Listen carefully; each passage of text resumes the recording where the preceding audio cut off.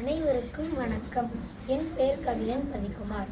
1783 குடியரசான இந்த அமெரிக்க மண்ணில் மனிதனால் செய்யப்பட்ட எந்த அளவு பழமையான புராதன சின்னங்கள் இருக்கும் என எண்ணுகிறீர்கள்?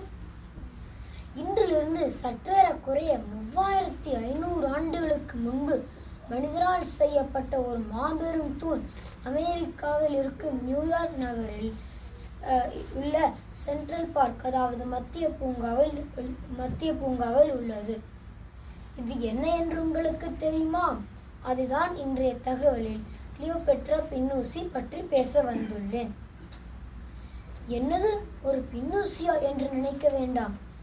இதன் ஆங்கில பெயர் தி ஒபெலிஸ்க். இது முழுக்க சிவப்பு கருங்கற்கள், அதாவது ரெட் கிரானைட்டால் ஆனது. இது முதலில் எகிப்தில் இருக்கும் ஹெலியோபோலிஸ் நகரில் தான் செதுக்கப்பட்டது.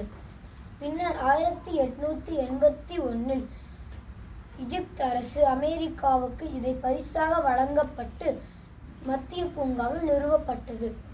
நான் ஏற்கனவே சொன்னது போல இதை ஒரு பின்னூசி என்று நினைக்க வேண்டாம்.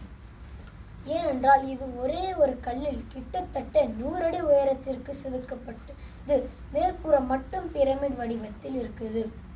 இது 200 டன் எடைக்கும் மேலானது.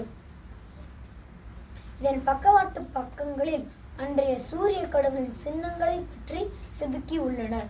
நான் நியூயார்க் சென்ற போது இதை பார்த்து பிரமித்தேன். நீங்களும் சென்றால் இதை பார்த்து ரசியுங்கள். இந்த வாய்ப்பை எனக்கு வழங்கிய அனைவருக்கும் மிக்க நன்றி.